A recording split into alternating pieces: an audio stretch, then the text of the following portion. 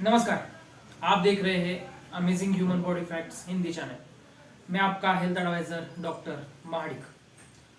हमारी पृथ्वी पर बहुत सारे जानवर रहते हैं। बहुत सारे जानवर पालतू होते हैं, कुछ जानवर जंगली होते हैं।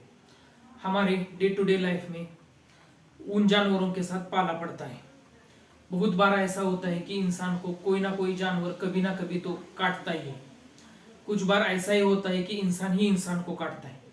ऐसे जानवर के काटने के बाद या फिर इंसान के काटने के बाद हमें क्या करना चाहिए, ये बहुत सारे लोगों को पता नहीं होता। तो आज के इस वीडियो में हम यही बात करेंगे कि जानवर या फिर इंसान काट लेने के बाद हमें क्या क्या करना चाहिए, कौन कौन से प्रथम उपचार करने चाहिए, किस कंडीशन में अस्पताल में दिखाना चाहिए, कौन कौन सी ट्रीटमेंट लेनी चाहिए। तो चलिए वीडियो शुरू करते हैं। सबसे पहले हम यह देखेंगे कि हमें कौन कौन से जानवर काट सकते हैं। सबसे पहले तो सांप काट सकता है, उसके बाद बिच्छू काट सकता है, कुत्ता काट सकता है, बिल्ली काट सकता है, गधा, घोड़ा, बैल, गाय जो होती है वो भी काट सकते हैं, और कुछ कुछ केसेस में इंसान भी इंसान को काटता है। इन सब जो जानवर या फिर इंसान है, यह प्राणी हमें काट सकते हैं। तो सबसे पहले हम यह देखेंगे कि जब हमें सांप काटता है, सबसे महत्वपूर्ण, सांप काटे तो क्या करें। कौन सा भी सांप हो, वो जहरीला भी हो सकता है और जहरीला नहीं भी हो सकता है, लेकिन हमें रिस्क नहीं लेनी चाहिए।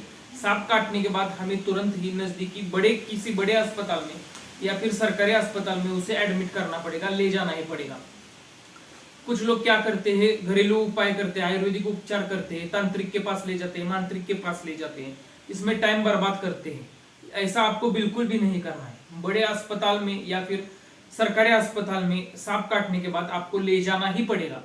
दूसरा है बिच्छू का काटना। अगर बिच्छू काटे तो क्या करना चाहिए, हमें अपने फैमिली फिजिशियन से, फैमिली डॉक्टर को दिखाना चाहिए। वो देखने के बाद आपको इंजेक्शन देंगे, जिधर बिच्छू काटा है उधर इंजेक्शन देंगे या फिर कमर पर इंजेक्शन देंगे। इससे कम ही हो जाता है, उसका दर्द कम ही हो जाता है। 99% बिच्छू का काटना जान पर बन नहीं आता, 1% आ सकता है, आशंका होती है। फैमिली डॉक्टर आपको चेक करेंगे और अगर उनको कोई भी आशंका लगी कि ये सीरियस कंडीशन है तो वो अगले अस्पताल में, बड़े अस्पताल में आपके रेफर कर सकते हैं। उसके बाद आता है कुत्ते का काटना। कुत्ता काटे तो क्या करें। वो कुत्ता पगला भी हो सकता है या फिर नहीं भी, पगला नहीं हुआ हो सकता है। दोनों कंडीशन में आपको सरकारी अस्पताल में ही दिखाना पड़ेगा। यह कुत्ता घर का भी हो सकता है, बाहर का भी हो सकता है। बाहर का कुत्ता पगला गया है ये भी आपको पता नहीं होता, और घर का कुत्ता उसको भी आपने अगर इंजेक्शन दिया हो तब भी आपको जल्दी से जल्दी सरकारी अस्पताल में दिखाना पड़ेगा। और रेबीज का जो इंजेक्शन होते हैं, एंटी रेबीज इंजेक्शन, यह आपको देना पड़ेगा। 3 या फिर 5 इंजेक्शन होते हैं, वो डॉक्टर डिसाइड करते हैं कौन सा देना पड़ेगा, लेकिन आपको सरकारी अस्पताल में जाकर ही देना पड़ेगा। प्राइवेट में भी यह इंजेक्शन मिलते हैं, एंटी रेबीज इंजेक्शन, और उसके साथ साथ टीटी का इंजेक्शन एक लगवाना पड़ता है।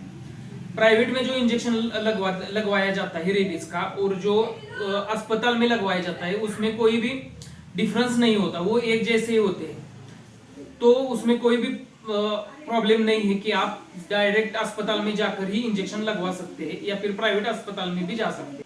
उसके बाद आता है बिल्ली, गधा, घोड़ा, चूहा, भैंसा, बैल, गाय, और उसके बाद आता है कि इंसान। इन सब के काटने के बाद हमें क्या करना चाहिए। इन सब के काटने के बाद हमें अपने फैमिली डॉक्टर को दिखाना चाहिए। वो क्या करेंगे कि आपको एक टीटी का इंजेक्शन देंगे, टिटेनस का इंजेक्शन देंगे, तो आप ठीक हो जाएंगे। उसके बाद जो घाव होता है वो कितना बड़ा है उस पर आगे की ट्रीटमेंट डिपेंड करती है। अगर घाव छोटा हो तो आपको वो खुला ही छोड़ना है, ड्रेसिंग नहीं करना होता है। कौन सा भी जानवर काटने के बाद जख्म हो उसे ड्रेसिंग नहीं करना होता है, और स्टिचेस भी नहीं डालने होते हैं। अगर घाव बहुत ही ज्यादा बड़ा हो तभी और तभी लूज स्टिचेस डालने होते हैं, और घाव जो है खुला रखना पड़ता है। खुला घाव बहुत ही जल्दी भरता है। इसके बाद जो जख्म होता है उसे आपको अच्छी तरह से क्लीन करना होगा। जख्म को खुले मैदान, खुला जो पानी होता है नदी का या फिर टैप वाटर, नल का पानी होता है, उसके नीचे जाकर आप अच्छी तरह से धोइए। 3-4 बार अच्छी तरह से धोइए। उससे क्या होता है कि वो जख्म अच्छी तरह से क्लीन हो जाता है, और उसके बाद आपको अपने फैमिली डॉक्टर को दिखाकर वो टीटी का इंजेक्शन लेना है, तो कोई भी प्रॉब्लम नहीं आता। तो आज के इस वीडियो में बस इतना ही। मैंने आपको कौन सा जानवर काटने के बाद क्या क्या करना चाहिए यह पूरी तरह से बताया। मुझे लगता है आपको वीडियो पसंद आया होगा। पसंद आए तो उसे लाइक कीजिए, ज्यादा से ज्यादा शेयर कीजिए और हमारे चैनल को सब्सक्राइब कीजिए।